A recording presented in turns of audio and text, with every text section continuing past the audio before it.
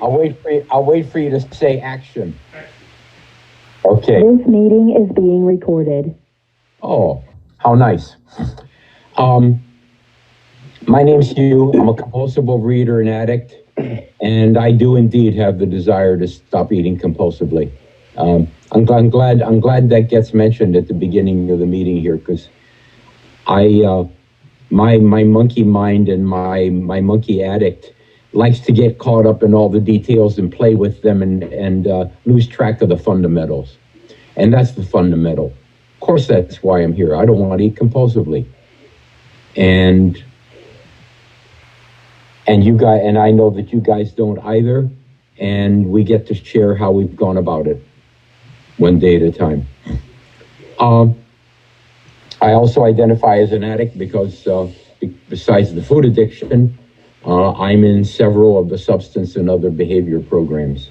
In fact, I started 40 years ago in the so-called beverage program. And what had always been a 20 to 30 pound overweight compulsive eating issue within a year and a half became 100, 150 pound. You all know the pattern. You've probably seen it. So also,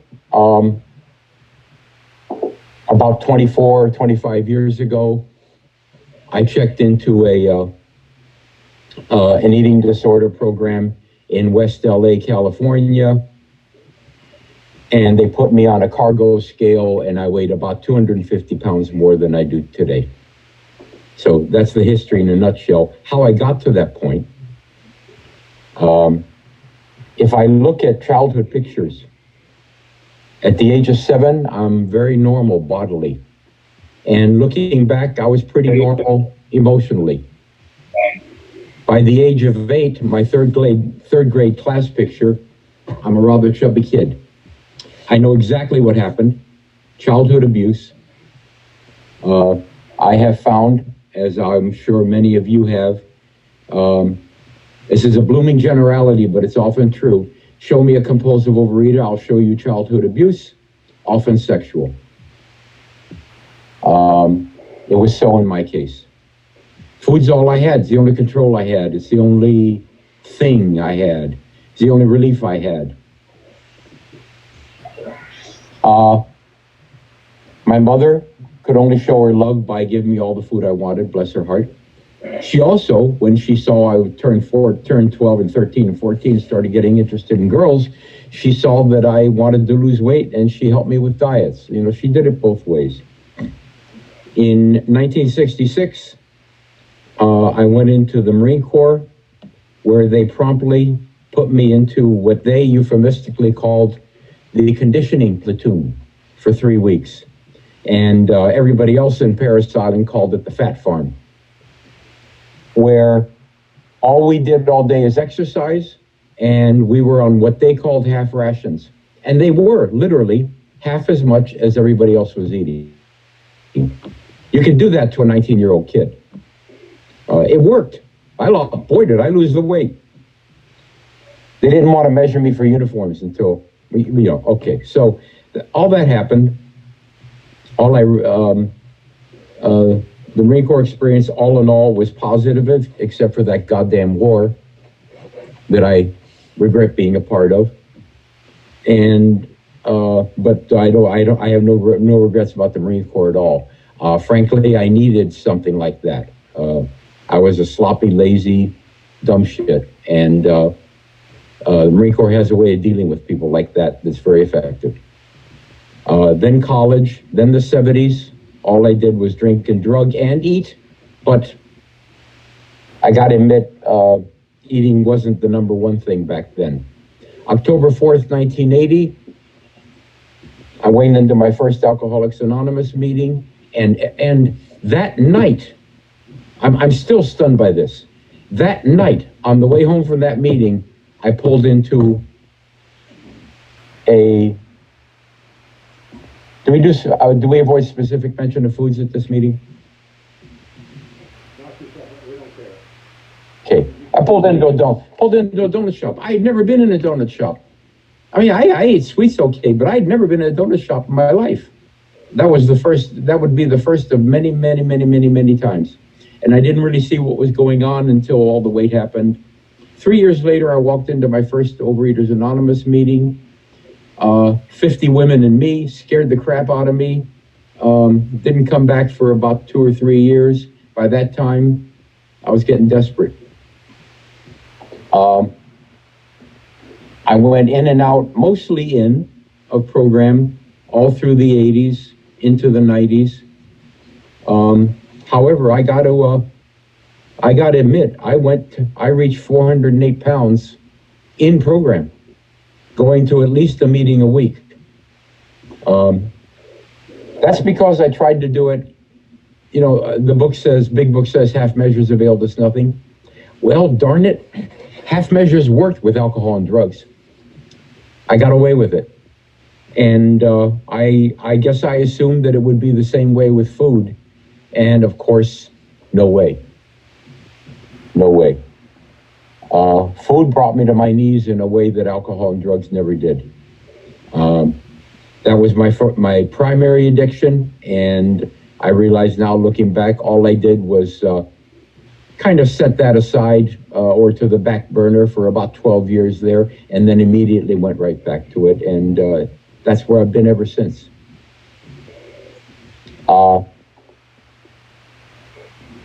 I used to wonder, people would say I'm a grateful compulsive overeater. And I got to admit, the first time I heard that, I said to myself, why the heck would anybody be grateful to have this shit? Now I understand. If I weren't an addict, if I weren't a food addict, if I weren't so totally a food addict that I had to accept the true gift of desperation and come into this program and finally, starting about 6 years ago, do everything, do every step, do every tool, make every call, go to every meeting, all in, absolutely all in.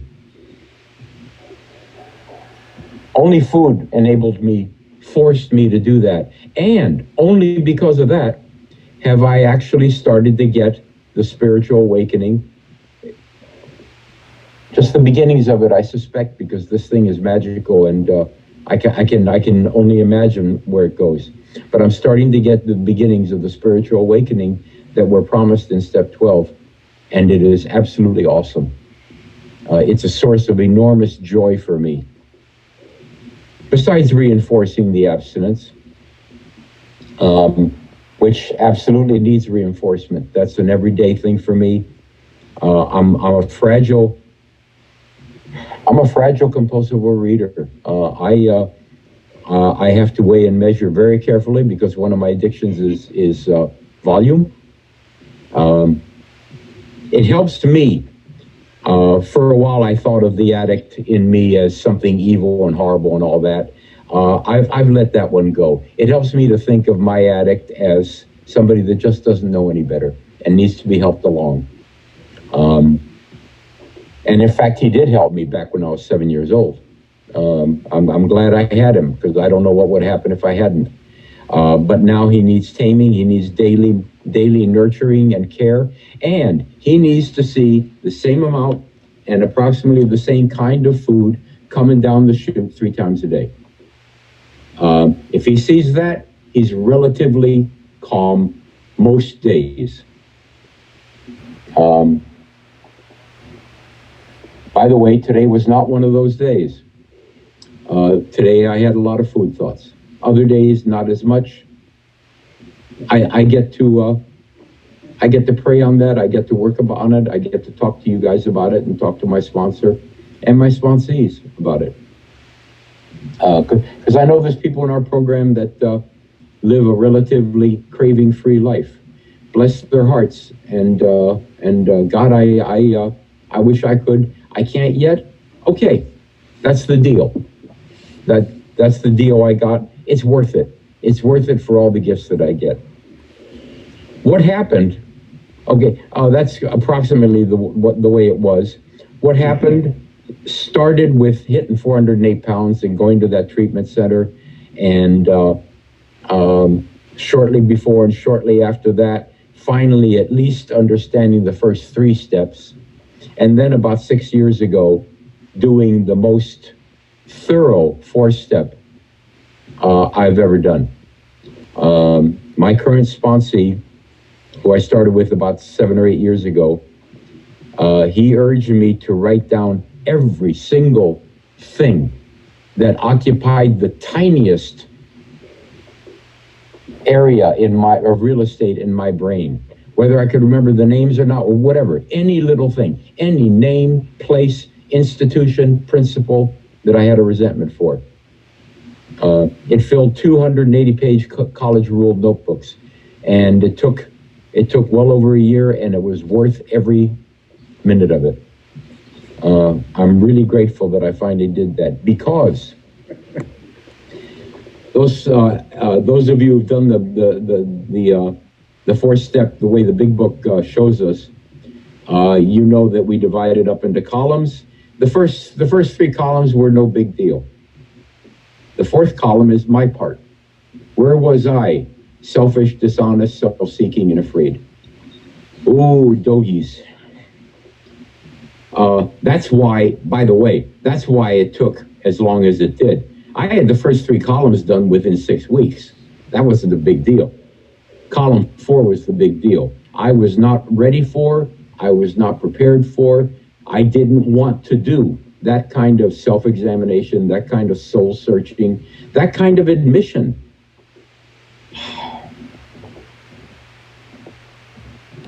I always thought I was honest. I turned out that I was misunderstanding. I had cash register honesty, and I thought that's what honesty was. I didn't realize how I'd been lying to myself since day one. So that resulted in about 2.5, maybe 3 years ago, in 4 marathon sessions in northern Massachusetts. My sponsor lives in southern Maine. So for our live sessions, I go to Newburyport, Massachusetts, which is almost on the New Hampshire border. He comes down from where he is, and we meet, ironically enough, usually in a Dunkin' Donuts shop, although by the time we got to me doing the 5th step with him, we had by that time found a hospital dining room that wasn't too crowded where we could be private. And it took 4 weekends of about 4 hours each to get through that. And then at the train, and I take the train up there, at the train station on the way back from the final weekend, I did what the big book says. You know, it says take the book down from the shelf, ask yourself these questions. Have I covered everything? Have I done everything? All that stuff. You know, it's in the book. You know what it is. And something started to kick in. Something started to kick in. I guess it's my heart. It certainly wasn't just the mind, but something started to happen that had never happened before in all this time in program, which has endured. There are days when it's there more than other days, but I presume that was the beginning of this spiritual awakening, an opening. I think the only word I can use to describe it is an opening that has grown since. I don't try to particularly understand it. I accept it as a gift. I know that's by all our traditional language in Overeaters Anonymous, that's my higher power working in my life. There's not a doubt about that in my mind.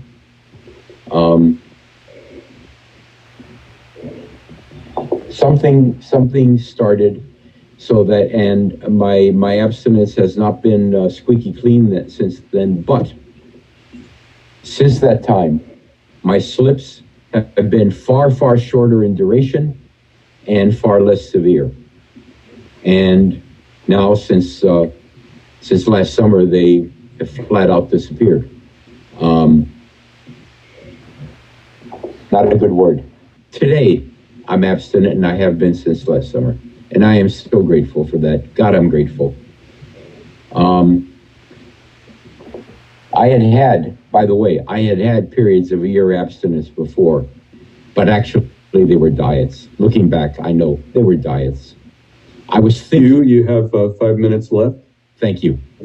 I was thinking like a dieter. I was thinking about what would happen when I reached a goal weight and stuff like that. And speaking of that, that's something I've been working on more lately. Because this program isn't about losing weight. I get that. I find it not helpful for me to focus on a goal weight. Now, when I was single and much younger, my motive for losing weight was to be able to date girls and get laid. Now I'm married and 73 years old, and my motive is much more pure.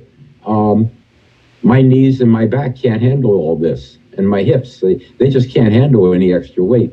So my motive is more pure, but I've come to realize the last couple of days, I'm still focusing on the scale, which it works for me to go on it once a month. They used to, the cardiology people used to make me do it every week, looking for fluid. And I tended to get a little obsessed about that. Now I do it once a month, and that's fine. As long as I'm not gaining, I figure the food plan is going okay. What it's like now,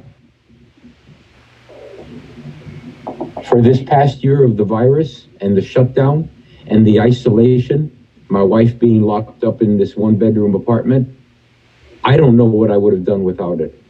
I don't know what normies are doing out there when they're locked up and not working. I can only imagine. I know what I would be doing.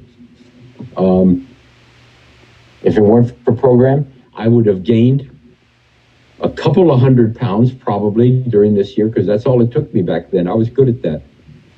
And I would have brought the virus home to my wife, because I'd be in all kinds of dangerous places getting my fix. Trying to hide it from her, which of course, and deny it and lie like crazy. And she sees me, the times that I've been in the food, she's seen me grow and outgrow my clothes. And, you know, who am I kidding? One day at a time, that's starting to leave me, and I'm really grateful for that. And I'm grateful to have been, have the opportunity to qualify here. And I thank Rick and Joe for setting it up. And I was told at the beginning of the meeting that at the end of my spiel, it would be good to suggest a topic for discussion. And it occurs to me, we talk about, in Overeaters Anonymous, we talk about how a lot, honest, open-minded, and willing. And I find myself focusing on certain words of those three every now and then. And lately, I've been thinking about the open-mindedness part, the open part. I used to be afraid to let go, because I thought somehow I was responsible for whatever came in when I let go. Part of what's been going on in steps 6 through 12 since I finished the 5th step is the understanding that it's not up to me, especially with step 6 and 7, we come to understand that. It's not up to me what comes in place of it. If I stay open, my higher power will take care of that. So if I stay open and judgmental, I don't have to make the kind of decisions that I thought I used to be responsible for. They will be taken care of. I will be guided. This sounds murky and new agey, and it took me all these years of 12-step experience to come to this understanding, but that's my understanding now. So I would suggest openness. Thank you very much.